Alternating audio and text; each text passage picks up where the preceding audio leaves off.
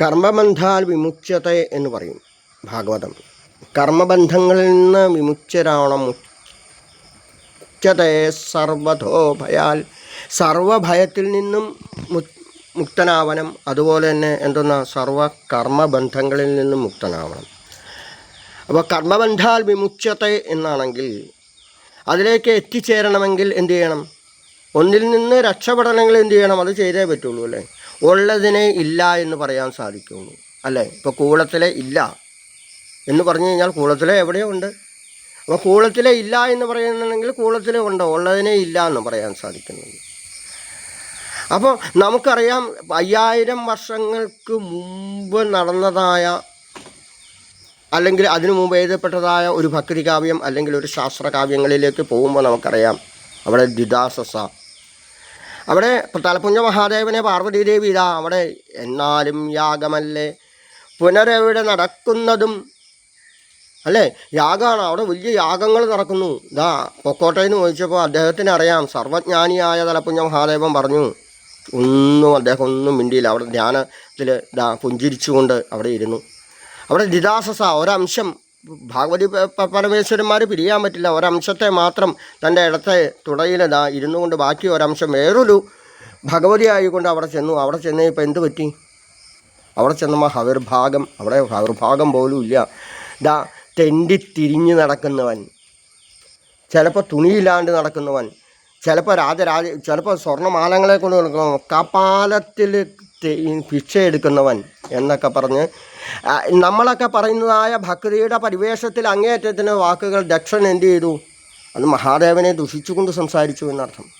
അപ്പോൾ ഭർത്താവിൻ്റെ വാക്കുകൾ എവിടെ ആര് ധിക്കരിക്കുന്നതോ അവിടെയൊക്കെ അനുഭവം വരും, സംശയമൊന്നുമില്ല.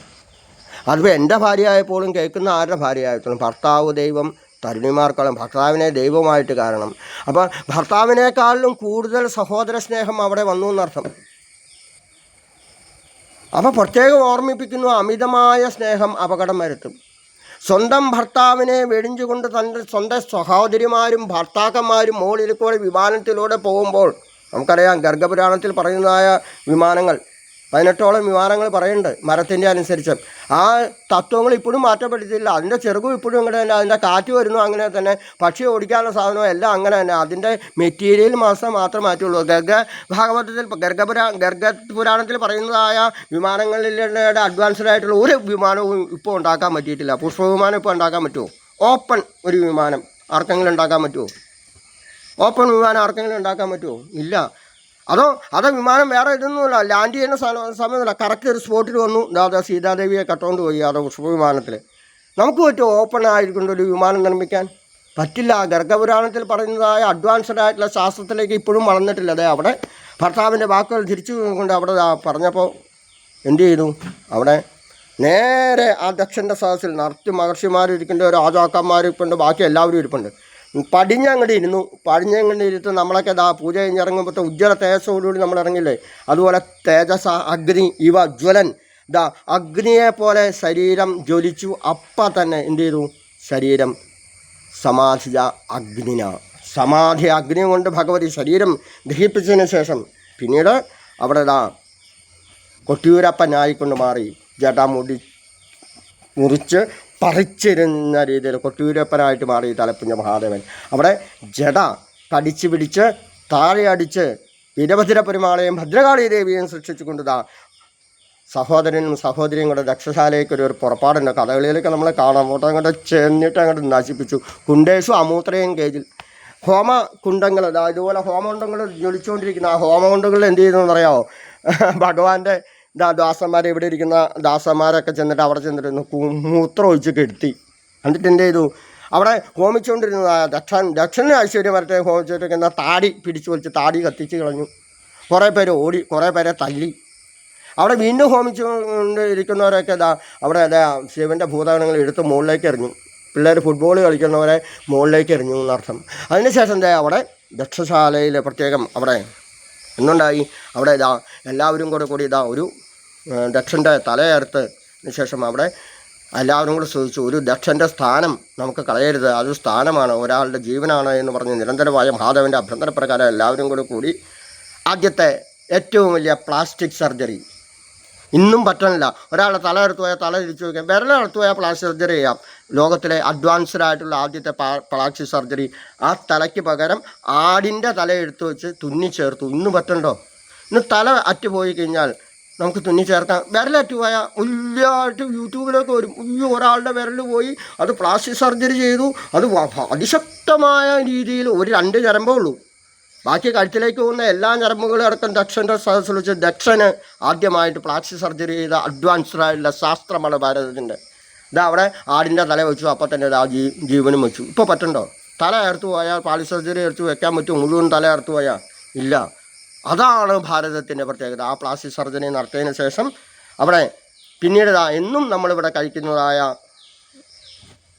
Sreerudra ചമകാദികളെ ചമകം ചമേ മയച്ചമേ പ്രഞ്ചമേന് കാമസ്മേ may may may. എന്താ മേ എന്ന് പറയാനുള്ളത്? ചമകത്തിൽ മേ എന്ന് പറയാനുള്ള കാരണം എന്താ? ആദ്യം ദക്ഷൻ എന്തു ചെയ്തു? ആടിൻ്റെ ശബ്ദത്തിൽ മേ എന്ന് പറഞ്ഞാൽ എനിക്ക് ആടിൻ്റെ ശബ്ദത്തിൽ മേ മേ മേ മേ ശംജമേ മയസ്മേ പ്രഞ്ചമേന് കാമസ്മേ കാമസ്മേ സൗമനസ്മേ രുദ്രഞ്ജമേ ശ്രേയസ്മേ വശിച്ചമേ സച്ചമേ എന്ന് പറഞ്ഞുകൊണ്ട് ആദ്യത്തെ പറക്കാനുസരിച്ച് ശ്രീരുദ്ര ചമകാദികളെ കൊണ്ട് മഹാദേവനെ സ്തുതിച്ചു. അവിടെ ദക്ഷൻ്റെ അഹങ്കാരം മുഴുവൻ മാറിക്കൊണ്ട് മഹാദേവനിതാ എല്ലാവരും കൂടെ ചെന്ന് അവിടെ ചെന്ന് വിളിച്ചതാ. അവിടെ തന്നെ പാർവതീദേവി പൂർവാധികം സുന്ദരിയായിട്ട് അവിടെ സൃഷ്ടിക്കപ്പെട്ട് അവിടെ പാർവതി പരമേശ്വരന്മാരെ കൊണ്ട് ദക്ഷനെ അനുഗ്രഹിച്ചെങ്കിൽ സംശയമൊന്നുമില്ല. ഓർമ്മിപ്പിക്കുകയാണ് ഭർത്താവ് ദൈവം, തരുണിമയും കേൾക്കാൻ. സഹോദര സ്നേഹം കൂടുതൽ ആയാൾക്ക് ഉള്ള ഭർത്താവിനേക്കാളും കൂടുതൽ സ്നേഹം സഹോദരന്മാരോടോ സഹോദരിമാരോടോ ആയാൽ അനുഭവിക്കേണ്ടി വരും എന്നർത്ഥം. അനുഭവിക്കേണ്ടി വരുമ്പോൾ എന്തൊക്കെ പ്രശ്നം മഹാദേവന് സങ്കടമായി. തൻ്റെ ഭാര്യ നഷ്ടപ്പെട്ടു എന്നും മായാസിട്ട് അദ്ദേഹത്തിന് ഭാര്യ നഷ്ടപ്പെടുമോ, മടിയിൽ പകുതി ഇരിപ്പുണ്ട്. എന്നാലും നമ്മളെയൊക്കെ ഒരു സിനിമ എന്ന രീതിയിൽ ചിത്രീകരിക്കാനായിക്കൊണ്ടൊരു സങ്കടം ഒന്നൊക്കെ കാണിച്ച് ദേഷ്യമൊക്കെ വരുത്തിക്കൊണ്ട് അവിടെ മഹാദേവനാണെങ്കിൽ പോലും പ്രത്യക്ഷപ്പെട്ടു. എനിക്കാണെങ്കിൽ പോലും, എൻ്റെ വൈഫിനാണെങ്കിൽ പോലും എൻ്റെ വാക്കുകൾ ധിക്കരിച്ചുകൊണ്ട് എന്തെങ്കിലും സംഭവിച്ചു കഴിഞ്ഞാൽ പൈസ വേണ്ട. ഇതിനെല്ലാം പൈസ വേണം. 2 ആത്മീയതയും പൈസയും ലക്ഷ്മി ഭഗവതിയും തുല്യമാണ്. ഒരേ നാണയത്തിൻ്റെ 2 വശങ്ങളാണ്. പൈസ ഇല്ലാണ്ട് ഒരു കാര്യം നടക്കില്ല. ആത്മീയത ഇല്ലാണ്ട് ജീവിതം മുന്നോട്ട് പോവില്ല. രണ്ടും തുല്യ പ്രധാനമാണ്. ഒരേ പോക്കറ്റിൽ നിന്ന് വേണ്ട ഇതെല്ലാം. അപ്പം ധിക്കരിച്ചുകൊണ്ട് നടക്കുന്നതിന് ഉണ്ടാകുന്ന സാമ്പത്തിക ചെലവുകൾ ഇതെല്ലാം വന്നത് വരാനുള്ള വഴി തെങ്ങില്ല എന്ന് പറയുന്നത് ചുമ്മാതെയാണ്. അവനവൻ വരുത്തി വയ്ക്കുന്നതും താനെ വിധി ആയി വരുന്നതുകൊണ്ട് വരുത്തി വയ്ക്കുന്നതൊക്കെ അവനവൻ്റെ അഹങ്കാരം കൊണ്ടാണെന്ന് ഓർമ്മിപ്പിച്ചുകൊണ്ട് അഹങ്കാരമില്ലാതെ വിനയമില്ലാതെ 5000 വർഷങ്ങൾക്ക് മുമ്പ് എഴുതപ്പെട്ടതായ ഒരു ചരിത്രം, ഭക്തികാവ്യത്തിലെ മഹാദേവ പാർവതിമാരുടെ ഒരു ചരിത്രം നമ്മൾ വർണ്ണിക്കുമ്പോൾ ഇന്നും നടക്കുന്നത് സത്യമാണ്.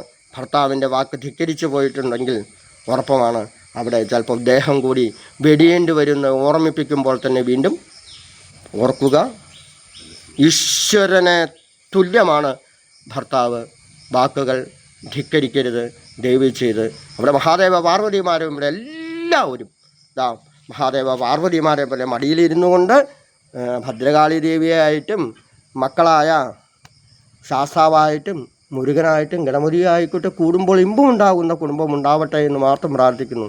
ഇനിയെങ്കിലും ഓരോ ദിവസവും ആഴ്ചയിൽ ഒരിക്കലെങ്കിലും ഭാഗവതത്തിലെ ആ ദക്ഷൻ്റെ കഥകളെടുത്ത് വായിക്കുക. അവിടെ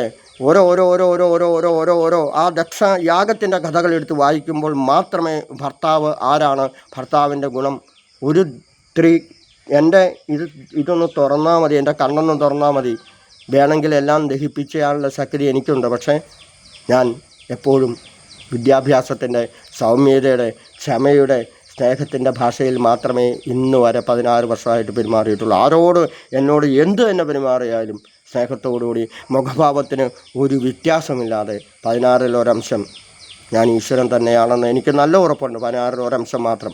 ബാക്കിയാണല്ലോ ഭഗവാൻ അവിടെ കൊടുക്കുന്നത്.